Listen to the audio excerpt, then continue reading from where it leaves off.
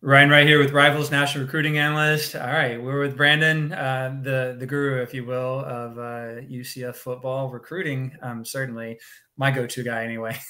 Brandon, how you doing today? Doing great. How you doing, Ryan? Woo! I'm excited to talk some more football, some more recruiting, of course. Not that you and I haven't been on the phone off and on for however many weeks now, getting all the insight on the Knights and everything they got. At least one more go around. Let's talk about signings yesterday. My opinion, UCF had a fantastic day. They made some noise, but let's start with the overall class, top to bottom. What do you think of what UCF brought in and what they're going to have on that 2023 roster?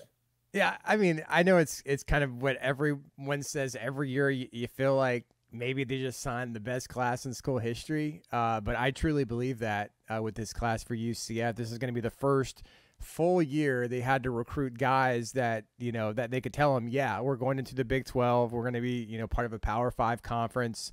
You're going to be part of our inaugural Big 12 football team in 2023, and that paid dividends. And UCF, the biggest thing that I think I took, and I've covered UCF recruiting for 20 plus years now, and they've won some battles. I mean, I think in years past, just being in the state of Florida, and obviously the access to tremendous talent here in the Sunshine State. They could maybe beat a mid-level SEC team for a player here to against the ACC, but UCF never has really competed head to head, I'd say, with Florida, for instance. Any one of the so-called what we've called the Big Three for years with Florida, Florida State, and Miami, and they did that. I mean, they won some head-to-head battles. Defensive tackle John Walker, arguably, our ratings will prove it. One of the best defensive tackles in the entire country. Florida went down to the wire. They wanted him really bad. He stuck with UCF. Isaiah Nixon, four-star defensive end. He was, he initially committed UCF, flipped to Florida for a little while, and came back to UCF on signing day. Tyree Patterson, a receiver, is another one, but they legitimately went head to head with some of the traditional state powers for the first time, which I think was a really cool thing to see. If you're a UCF fan, you could see what kind of dividends that Big 12 move is making. Agree with you 100%. And they can build off of that for 2024 and beyond. And hopefully they'll have a good season coming up this year in 2023. Don't need to get too far ahead of ourselves. But that'll play a factor, but definitely have some momentum with the junior days and stuff like that to be able to put those names out there, and with the 4 stars and whatnot with that. And it's not just lip service or so much about the future or the potential. They did it. So yeah, one thing I want to mention, you talked about the junior days and stuff. Well, one thing that UCF started doing, I guess it was maybe when Gus first got here. I know they really ramped up this past year, as they call it a hometown hero. That's just kind of what they call their recruiting emphasis on recruiting the Central Florida area. Like, oh, come to UCF and be a hometown hero. And one cool thing that I didn't know they were going to do, but, on signing day on Wednesday, when they signed, local players, like we mentioned, John Walker, Caven Call from Apopka, Braden Marshall from Lake Mary, they put billboards. They put, everyone has, now billboards these days, most places, they're digital billboards that kind of cycle out, and you can, put them up in an instant. They have billboards today around the city of Orlando promoting those local players. So if you're John Walker, you can drive down the street in Kissimmee and there's a billboard. They can say, hey, go to that corner. Your image is going to be on there in a couple of minutes when it cycles through. So that's a really cool thing. I don't know if other programs have done that. I've never noticed it, but I just thought that's a cool thing that UCF did this year to really emphasize the local players. And I've seen some of the underclassmen, and there's a really good running back from, class, I think he's class of 25 from Kissimmee Osceola. He's taking a picture of John Walker's billboard. So I know that's something that's definitely going to get noticed, by these younger players as maybe they get recruited over the next couple years.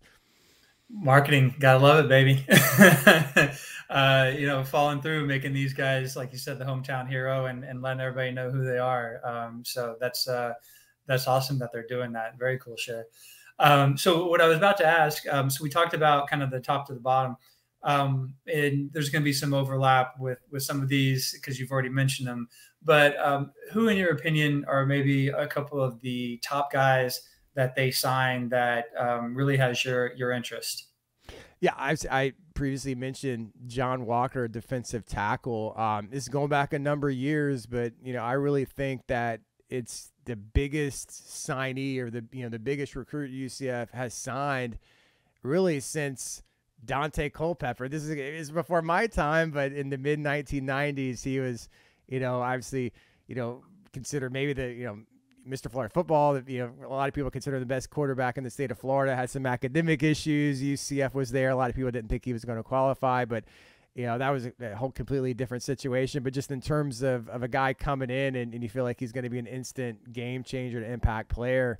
I really feel like John Walker is going to come in and do that. He's going to be here. In fact, he was already going through some practices, because there's that rule that if you're going to, if you've been accepted into school, you're going to be a January enrollee, you can practice for the bowl game. You can't play in the bowl, but he's been here and kind of going through those early practices. He's going to be obviously full go in January. So, the fact he's here in the spring is going to pay dividends for him to probably see a lot of playing time next year. I think he's that good. He's going to make an immediate impact. Just looking at some of the high school players, defensive back, that's a position that, there's some guys, kind of leaving, and there's some, guys that need to be replaced. Who are, local guy who I referenced a minute ago, Lake Mary defensive back Brandon Marshall. He's going to have an opportunity to play early. And those are some guys, wide receiver, Tyree Patterson. I've heard good things. They love his route running and just his smoothness playing. I don't know if that's a huge immediate need. They have some a couple good ones returning. But you never know if he can flash, in the preseason. He might have a chance to play too. You can't say anything about depth, right? So, if you're going to try to go vertical and get guys running and get the defense on their heels, you need more receivers, right? So, even if he's only running a couple different routes, get him on the field, see what he can do. And Isaiah Nixon, that's another one too. I failed to mention him, but I feel like he's a guy that they definitely have pegged to potentially see an early impact. I mean, he's a tremendous pass rusher. They're going to need a guy like that as they face that inaugural Big 12 schedule next season. Yeah, I'm excited in the future to see Keon out of Phoenix City Central High School. See how he does. He's got the frame. I think he needs to get in strength and conditioning program, but he's a good kid, and he's another one I'm personally excited about. So wanted to kind of follow up on that. We talked about some of the big ones. Are there any under the radar kids that you're looking at that it doesn't have to be next year, but is somebody else that might be, one of those players that's going to be, if you will, the next great UCF player, or next, or the future Big 12, the first UCF Big 12 all conference. I don't know if under the radar is really the apt way to describe a couple of these guys, because they had offense. I'm thinking about tight end Randy Pittman. He was committed to Florida State for a long time. He has a high rank. I don't think that name's a mystery to anyone, but I think he has the potential, and just the buzz that I hear from people in the program, that they think he can really be a great tight end. It may not be one of those things that happens right away, because a lot of those tight ends you got to develop and kind of within the program, strength and conditioning. And I know he's been playing all kinds of positions in high school, and he's going to totally focus 100% now on being a tight end. But I think that's the guy that maybe down the road after a season or so can really make a big impact. And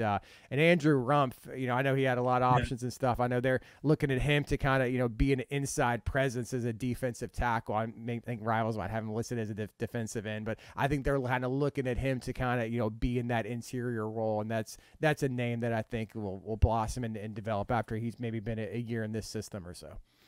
I like both of those guys as well. So looks like UCF has the fans and the coaches have a lot to be excited about with the future in this class.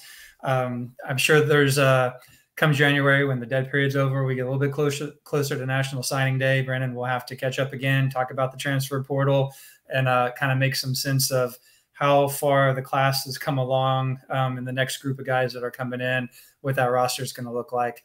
I'm sure it's going to keep changing in the spring, and when transfers and all that. But so, every couple of months we'll have to get back on and kind of see how this 2023 group, how the roster is looking. But Brandon, appreciate your time today, breaking everything down for us.